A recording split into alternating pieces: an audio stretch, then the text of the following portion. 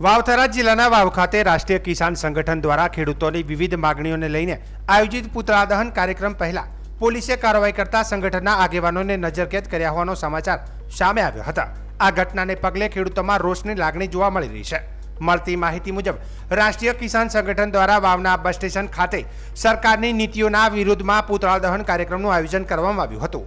કાર્યક્રમમાં ખેડૂતોની મુખ્ય માગણીઓમાં C2+50 સૂત્ર મુજબ ખેડૂતોના પાકોને ન્યૂનતમ ટેકાના ભાવ MSP આપવાની માંગ તેમજ ખેડૂતોની મંજૂરી વિના જ વીજ લાઇન અને અન્ય પ્રોજેક્ટ કામગીરી ન કરવા જેવી બાબતોનો સમાવેશ થતો હતો।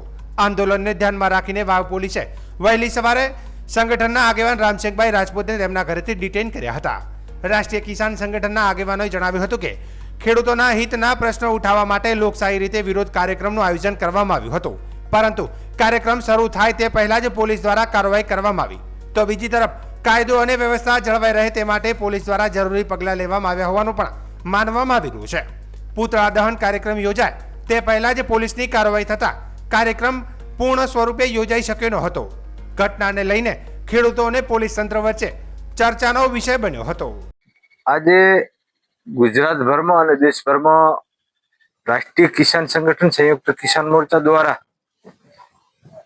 ખેડૂતોને ન્યૂનતમ પ્રાઇસ એટલે કે C2+50 અને MSP ના મુદ્દા ઉપર વિરોધ પ્રદર્શનનો કાર્યક્રમ રાખેલો હોય ત્યારે વહેલી સવારે અમારા નિવાસ સ્થાનેથી પોલીસ દ્વારા અમારી અટકાયત કરવામાં આવી અને અમને કાર્યક્રમ કરતા રોકવામાં આવ્યા। આ નિષ્ફળ સરકાર છે। નરેન્દ્ર મોદી સાહેબ એ લંકામાં જેવી રીતે રાવણ હતા એવી જ રીતે અત્યારે ખેડૂતોના રાવણ પેદા થયા હોય એવું થયું છે। એમના મુખે બોલેલા કે C2+50 અમે ખેડૂતોને આપશું, ન્યૂનતમ પ્રાઇસ માટે કાયદો બનાવી આપશું, ખેડૂતોની આવક ડબલ કરી આપશું, ખેડૂતોનું સંપૂર્ણ દેવું માફ કરશું।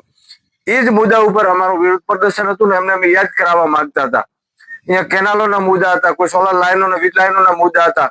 ખેડૂતોની હેરાની અને પરેશાનીને લઈને અમારા મુદ્દાઓ ઉપર અમે સ્થાનિક મુદ્દાઓને સાથે રાખીને રજૂઆત કરવાના હતા ત્યારે વિરોધ પ્રદર્શન કરતા રોકીને પોલીસને આગળ કરી અને વહેલી સવારે અમારી અટકાયત કરવામાં આવી। અમારા જેવા અનેક ખેડૂત આગેવાનોની અટકાયત કરીને ખેડૂતોનો અવાજ દબાવવાનું કામ સરકારે કર્યું છે। ત્યારે સરકારને અમે કહીએ છીએ કે તમે આવી રીતે ગમે તેટલી વાર પોલીસને આગળ કરશો પરંતુ ખેડૂતોનો અવાજ તમે ક્યારેય નહીં દબાવી શકો અને ખેડૂત એકજૂટ થઈ અને લડી લેવાના મૂડમાં છે। આવનારા સમયની અંદર ખેડૂતોની શું તાકાત છે અમે તમને બતાવી દેવાના છીએ અને તમારી જે તે નીતિઓ છે ઉદ્યોગપતિઓના ફેવરની અંદર એ નીતિઓ હવે તમારી બહાર આવવાની છે અને ખેડૂતો છે એ સંપૂર્ણ એકતા સાથે લડવાના છે।